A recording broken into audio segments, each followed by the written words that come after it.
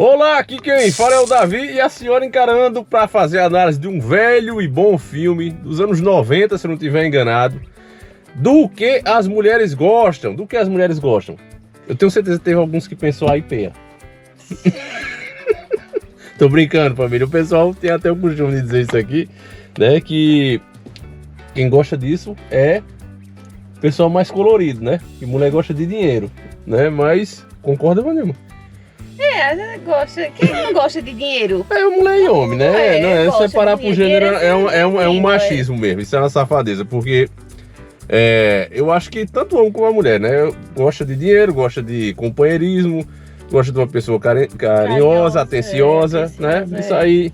É um conjunto. E do jeito que tem. Porque o pessoal hoje tem um movimento Red Pill, que eu inclusive respeito, mas há um exagero também, né? Por conta que do jeito que tem, mulher safada tem um safado também, né? É dos dois lados. É o cara querer, né? É como se fosse um feminismo contrário, é de lascar. É a polarização, né, família? Hoje todos os assuntos estão polarizados. Agora que tá difícil mesmo você, aí no mundo de fora, ter uma relação, né? Tanto o homem como a mulher tem que procurar bastante, né? Porque como eu disse a vocês, eu já vi muito o outro lado nessa questão de ter menina, aqui no shopping mesmo, que era colega da gente, e pagar a moto pro namorado, e os caras ainda, além de não ajudar em casa, ainda dá um chute na bunda da menina, ou até endividar no cartão de crédito, às vezes trair ela na própria moto. É assim, né? Existe dos dois lados, então por isso que eu não generalizo. Mas falando do filme, esse filme ele tem dois dos meus atores favoritos, que é o Mel Gibson e a Ellen Hunt, né? A Ellen, ela fez aquele filme Twist, e naquele filme, pra mim, foi a melhor atriz que eu já vi em ação. Muito bom aquele filme, dos meus favoritos, o filme de Twister. E quando uniram os dois ali, eu digo, caramba, tem que sair um filme bom. Ele é de comédia romântica, né?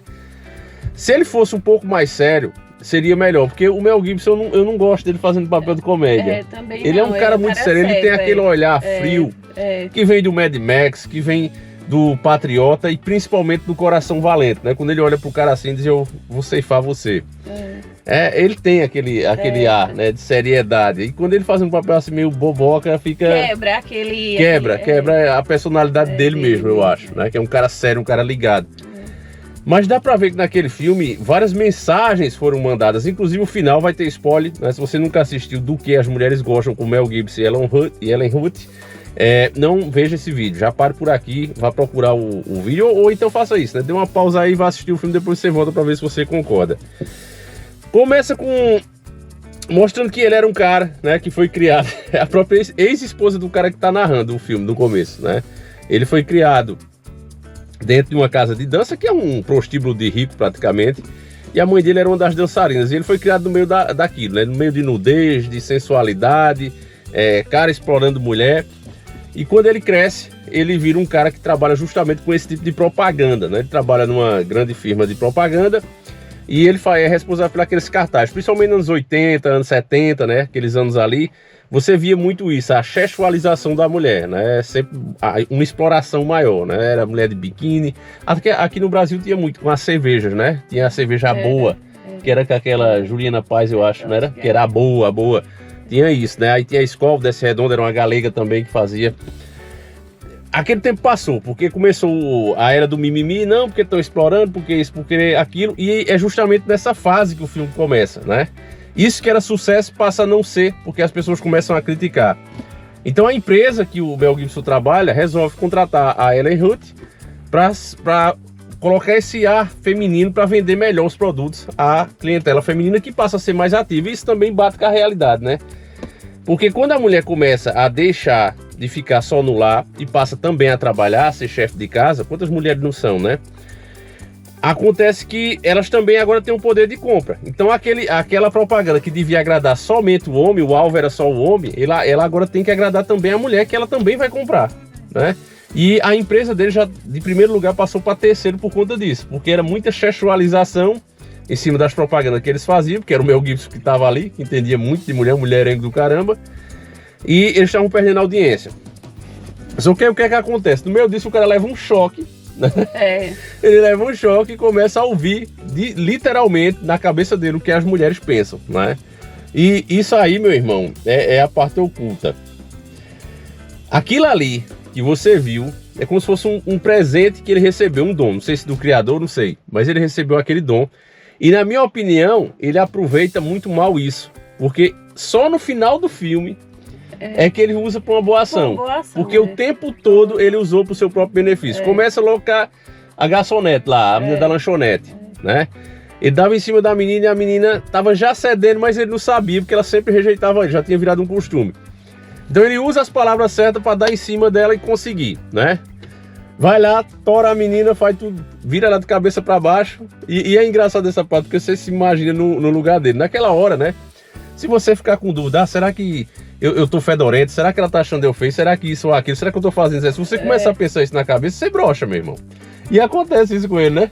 É bem engraçado, porque ele, caramba, ela vai pensando, poxa, não, aí não faça assim não, vai menos, vai mais, e ele, caramba, aí ele, peraí, deixa eu ir no banheiro, já broxou, já. Já não tem. Mas aí pela competência do cara, né, para não deixar a menina na mão, ele vai de novo. Isso aí é bem interessante. Mas, olhando assim, no filme você nem percebe isso, que você vai se envolvendo com a trama. Só que foi uma puta de uma safadeza dele, né? Ele tava usando o dom para se dar bem. E ele faz isso o tempo todo, para consertar a situação dele com a filha, que embora ele tenha sido um pai ausente, nem nunca deu bola a ela, ele não gostava de ser visto assim, né? E quando ele começa realmente a ouvir, inclusive essa é a principal parte do filme, e que a gente também percebe, né? Você às vezes percebe com um amigo falso. Um amigo falso, Quantas pessoas chegam, aí meu irmão, você é o cara quando sai disso é uma carniça, né? Por isso que tem um personagem, o Coxinha, Doquinha, era muito que fazia muito sucesso, né? Eles são Ceará, né? Era, eu esqueci o nome. Era um mamulegozinho, aquelas marionetes. E aí, eles fizeram bastante sucesso com isso, porque é assim a vida, né? O cara faz aquele migué, só que às vezes quando as pessoas percebem, dá aquela tristeza, né? Principalmente quando você se dedicou, ajudou aquela pessoa e de repente você vê que ela é assim. E ele tem esse choque, porque no trabalho dele ele era o cara. Todo mundo chega aqui, meu irmão, logo ele tinha uma posição de destaque, né? Ia ser inclusive o diretor-geral ali das propagandas. Então ele tem esse choque. Poxa, eu não sou o cara como eu pensava que era. Todo mundo não me ama como eu achava que amava, né? Então, esse choque, né, que ele recebe logo de cara faz com que ele fique mais pensativo. Mas ele deveria ter usado o dom, família, no meu ver. E acho que é por isso que ele perde o dom. Tem gente que já interpreta que é o fim da missão, mas eu não. Eu vejo por esse lado. Ele recebeu um dom e ele até tenta acabar com ele, tenta repetir o choque. Mesmo caindo um trovão nele, ele não perde esse dom. Só que ele só faz merda. Ele usa, né, o dom literalmente para sabotar a Ellen Hunt. Ele vê o que ela pensa e lança primeiro que ela. E é aí a parte subliminar, porque como o filme é de comédia, né, e também na época que ele foi lançado não tinha tanta lacração, eles não podiam botar como eles realmente queriam. Mas o filme já demonstra isso, né? Ela é muito superior a ele como profissional. E ele não aceita bem isso, né? Então ele começa a copiar ela, começa a passar as coisas na frente e ela começa a perceber. Inclusive ela faz isso gentilmente quando ela pergunta: eu tinha falado isso? Ele, não falou não. Mas porque eu ia dizer exatamente isso, né? Ela começa a achar estranho, ver que está acontecendo algo ali, porque se ele fosse tão competente, ele já tinha apresentado antes. Ela foi contratada justamente porque ele não era. Então ela começa a se surpreender, começa a gostar dele, isso a gente pode ter certeza por causa dos pensamentos. Ele não viu os pensamentos dela, né? Só que aí rola uma coisa mais esquisita pro final, já quando ele já tem perdido os poderes, que é quando ele tenta falar com ela e ela não recebe ele. Eu achava antes, quando eu era mais ingênuo, que era porque ela tava com vergonha, porque foi demitida. Mas aí, se você prestar atenção no diálogo, você vai ver que ela fala assim. Ela diz o seguinte, ele diz, né? Você devia ouvir mais a sua caixa de mensagem, a sua caixa postal. Você foi contratada de novo. Só que ela não faz nenhuma cara de surpresa e ela já sabia que foi.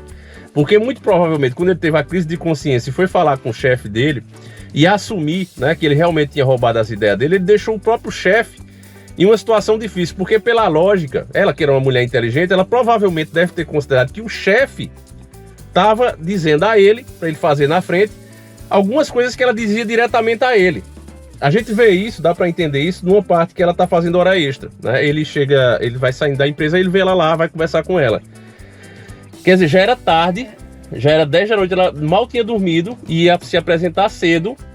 Então ela estava muito dedicada à empresa e provavelmente passava diretamente ao chefe, até porque ela já estava percebendo que ele estava falando muito das coisas dela. E ela, para manter o emprego, que ela era novata, ela mesmo disse, não estou me sentindo ainda à vontade aqui. Então, por conta disso, ela já estava desconfiada, né? Por conta de tudo que estava havendo. E provavelmente ela achou que o chefe estava passando as informações para ele. E isso fica claro nesse final. No final. Porque aí, quando ela que dá a notícia a ele vai para dizer a notícia, aí mostra também a superioridade dela a ele, né? Porque ele vai para dar a notícia, você foi contratada, mas ela já sabe que ele foi demitido. Porque ela já tinha sido demitida, por conta que toda a empresa toda estava pensando que ele era o cara.